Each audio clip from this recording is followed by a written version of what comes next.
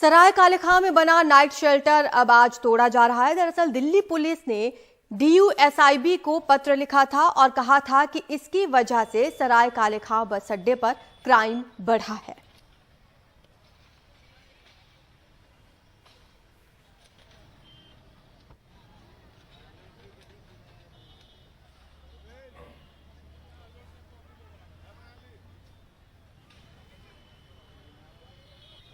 उधर दिल्ली के महरौली में आज बुलडोजर थमा हुआ है। महरौली में अतिक्रमण अभियान पर हाईकोर्ट ने 16 फरवरी तक रोक लगा दी है। इस आदेश के आने से पहले 5 दिन कार्रवाई चली। ये सिर्फ मकान और दुकान नहीं बल्कि लोगों की सालों की कमाई और सपनों को जमींदोज करने जैसा रहा। रवीश रंजन शुक्ला की रिपोर्ट देखिए।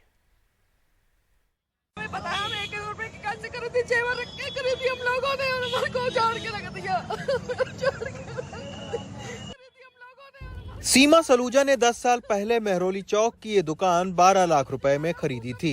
अब पता चल रहा है कि दुकान DDA की जमीन पर थी। पति और पत्नी पर मानो मुसीबत का पहाड़ टूट पड़ा हो।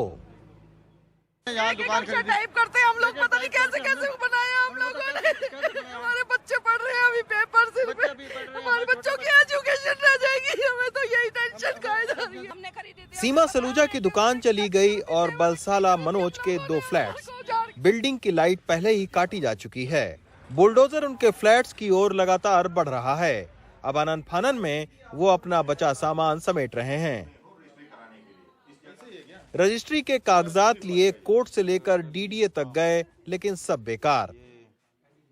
इसकी रजिस्ट्री हुई थी, इनकी लोन हुआ था, nationalised bank Punjab national bank से इनके लोन दिए थे। इसकी रजिस्ट्री का खुद NOC मैंने डिफरेंट ऑफिस में जाके यहाँ का जो प्रॉपर्टी जो डॉक्यूमेंटेशन जो करता उसकी जो एजेंट के थ्रू में मैंने खुद ईच एंड एवरी ऑफिस में जाके सारा डॉक्यूमेंट सबमिट करने के बाद में मुझे बैंक ने लोन अप्रूव किया है। लोन इसलिए हमने जो अप्रूव किया था क्योंकि ये प्रॉपर्टी अगर कोई 420 का है, अगर कोई प्रॉपर्टी ठीक नहीं, उनका चेन ठीक नहीं, ऑफकोर्स हमें लोन तो मिलेगा नहीं। जब एक नेशनलाइज्ड बैंक मुझे पास करके आज ऑन डेट में मेरा कटिंग भी चल रहा है, मुझे ये समझ उसको ट्रस्ट नहीं करेगा। More over I paid all the stamp duty की हमारे पास में, हमारे एड्रेस में पता, हमारा पता में सब कुछ आ जाता है। और इस जो प्रॉपर्टी के अंदर में क्लियरली लिखा this land belongs to government of India and they have purchased from the government of India. Mehrauli में भारी तादाद में पैरामिलिट्री फोर्स और दिल्ली पुलिस तैनात है। धरने प्रदर्शन से लेकर कोर्ट का दरवाजा खटखटा चुके लोग अब हताश हैं। बुलडोजर 5वें दिन मुख्य सड़क से अब इन गलियों में आ गया है। 70 साल की रुकैया ने बुलडोजर घर के बाहर देखकर अपने को घर में बंद कर लिया है। ये आप देखिए कि ये रुकैया बेगम ने अपने को अंदर बंद कर लिया है। बुलडोजर आप देखिए कि उनके मकान के बाहर खड़ा है और अब जो है वो ये अतिक्रमण एक दूसरे फेज में प्रवेश कर गया है। विधवा पेंशन और किराए के सहारे रहने वाली रुकैया बेगम बदहवास हैं। कभी सरकार तो कभी पुलिस को कोस रही हैं।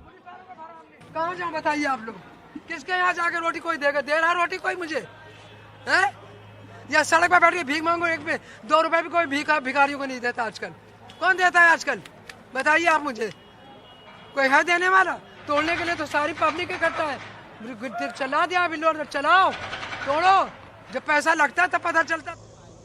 दरअसल DDA राजस्व विभाग के सीमांकन को आधार बनाकर 10 फरवरी से लगातार तोड़फोड़ की कार्रवाई कर रहा है। फिलहाल इस मामले पर बीजेपी और आम आदमी पार्टी के बीच राजनीति जमकर हो रही है, लेकिन लोगों को राहत अब भी नहीं मिल पा रही है। महरौली से सचिन गुप्ता के साथ Ravish Ranjan Shukla, NDTV India. UP में अवैध हथियारों पर अब सुप्रीम कोर्ट की नजर पड़ गई है। सुप्रीम कोर्ट ने यूपी में अवैध हथियारों पर स्वतः संज्ञान लिया और यूपी सरकार से जवाब तलब किया है।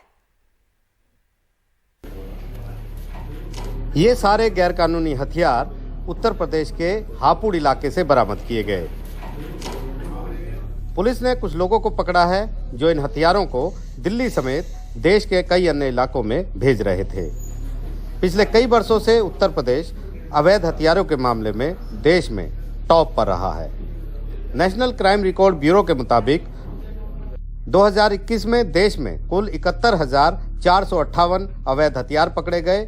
अकेले यूपी में ही 33,178 की बरामदगी हुई। जो देश में बरामद किए गए हथियारों के 46% हैं। लेकिन यूपी का गन कल्चर अब सुप्रीम कोर्ट से छुपा नहीं है। सुप्रीम कोर्ट ने इस मामले में खुद ही संज्ञान लेकर यूपी सरकार से जवाब तलब किया है। सुप्रीम कोर्ट ने कहा है कि यूपी में गैर लाइसेंसी हथियारों का चलन परेशान करने वाला है। भारत अमेरिका नहीं है जहां हथियार रखना मौलिक अधिकार है। यूपी सरकार बताए कि इस सिलसिले में कितने केस दर्ज हुए हैं, साथ ही गैर लाइसेंसी हथियारों को रोकने के लिए क्या कदम उठाए गए। कल सुप्रीम कोर्ट ने कल एक बेल मैटर चल रहा था, तो उस पे कोर्ट ने कहा कि आखिर क्यों अनलाइसेंस फायर आर्म्स इतने आराम से इस पार्ट ऑफ द कंट्री में यूज़ होता है। तो उस पे कोर्ट ने स्वतः संज्ञान लेते हुए स्टेट ऑफ यूपी को नोटिस इशू किया है और कहा है कि आप इसकी रोकथाम के लिए क्या स्टेप्स ले रहे हैं, उसके बारे में एफिडेविट में देंगे। इस तरह की कितनी घटनाएं हुई हैं जहां पे बहुत आराम से यूज़ हो रखा है आपका, और उसको रिपोर्ट 4 हफ्ते के अंदर भीतर देने के लिए कोर्ट ने उनको बोला है। खास बात यह है कि सुप्रीम कोर्ट ने कदम हत्या के आरोपी की जमानत अर्जी पर उठाया है। अब यूपी सरकार को 4 हफ्ते में जवाब देना है। यूपी में गन कल्चर को लेकर हमेशा से सवाल उठते आए हैं, लेकिन इस बार यूपी सरकार की ये परीक्षा की घड़ी है, क्योंकि उसे इस मामले में देश की सबसे बड़ी अदालत को ठोस जवाब देना है। हापुड़ से अदनान के साथ दिल्ली से आशीष भार्गव, एनडीटीवी इंडिया।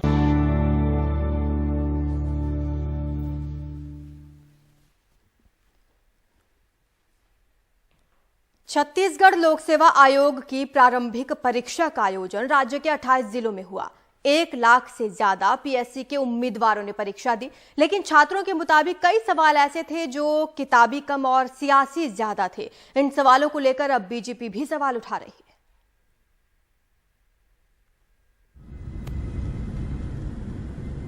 मुख्यमंत्री भेंट मुलाकात में डोंगरगढ़ में निम्नलिखित जातियों को अनुसूचित जनजाति में शामिल करने की घोषणा की गई।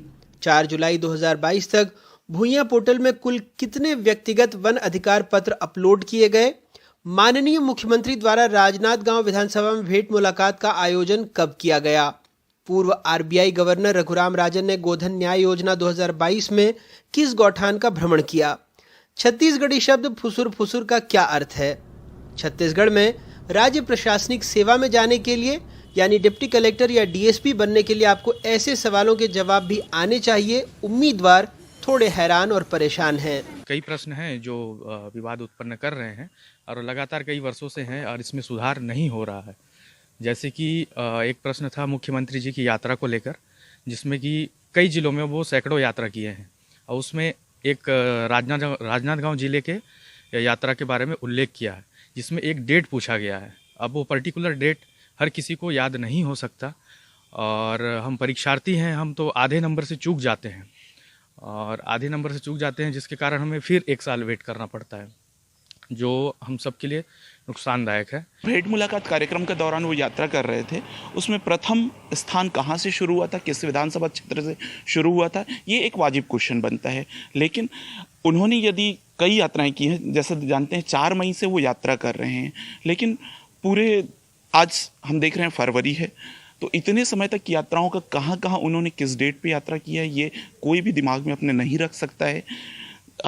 शुरू की यात्रा कहाँ से शुरू की है कोई भी बताया जा सकता है, या अंत कहाँ होगी ये बताया जा सकता है, लेकिन हम बीच की यात्रा 200 यात्रा संभावित ये नहीं है कि ऐसा कुछ क्वेश्चन अराइज होगा।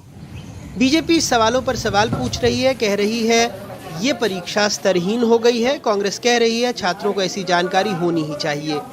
सीधा 200 सालों का अंतर पीएससी के विकल्पों में है। प्रश्न क्रमांक 66 में देखेंगे कि ब्रिटिश कैप्टन सैंडीज ने कौन सी ताहूदारियों का निर्माण किया। इसमें लोरमी और तरेंगा जो सही विकल्प हैं वो किसी विकल्प में दिखाई ही नहीं देते हैं।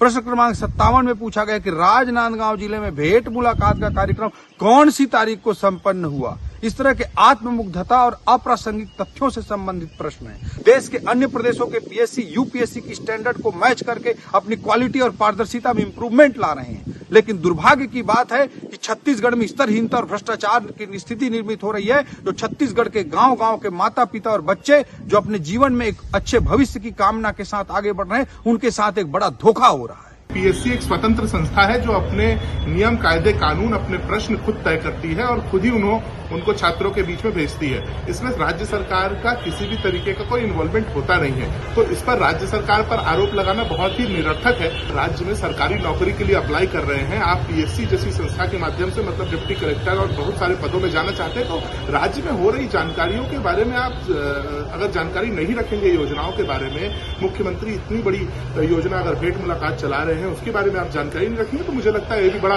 हास्यास्पद है इस पे एक पूर्व कलेक्टर का सवाल करना। तो हम छत्तीसगढ़ में अमेरिका का सवाल तो करेंगे नहीं। बहरहाल राज्य लोक सेवा आयोग ने 210 पदों के लिए राज्य के 28 जिलों में परीक्षा आयोजित की है। प्रारंभिक परीक्षा के लिए 1,82,000 उम्मीदवारों ने फॉर्म भरे थे। जरा सोचिए, किसी डिप्टी कलेक्टर या डीएसपी के पद पर चयनित होने का सपना संजोए बैठे विद्यार्थी को ये याद रखना पड़े कि किसी मंत्री या मुख्यमंत्री ने फला दौरा किस दिन किया था। जब उसकी परीक्षा पर ये आरोप लगने लगे कि वो किताबी कम सियासी ज़्यादा हैं, तो फिर ऐसे सवालों पर तो सवाल उठेंगे ही। रायपुर से अपने सहयोगी जुल्फिकार और रिजवान खान के साथ अनुराग द्वारी, एनडीटीवी इंडिया। इस साल जनवरी में देश में ऑटोमोबाइल कंपनियों ने करीब 2,98,000 पैसेंजर गाड़ियां बेची, जो अब तक का रिकॉर्ड है। ऑटो इंडस्ट्री की संस्था society of Indian automobile manufacturers के मुताबिक मौजूद वित्तीय साल में अप्रैल 2022 से जनवरी 2023 के बीच 10 महीनों में 31 लाख से ज्यादा गाड़ियां बिकी, जो दर्शाता है कि ऑटो सेक्टर में कंज्यूमर सेंटीमेंट में तेजी से सुधार हो रहा है।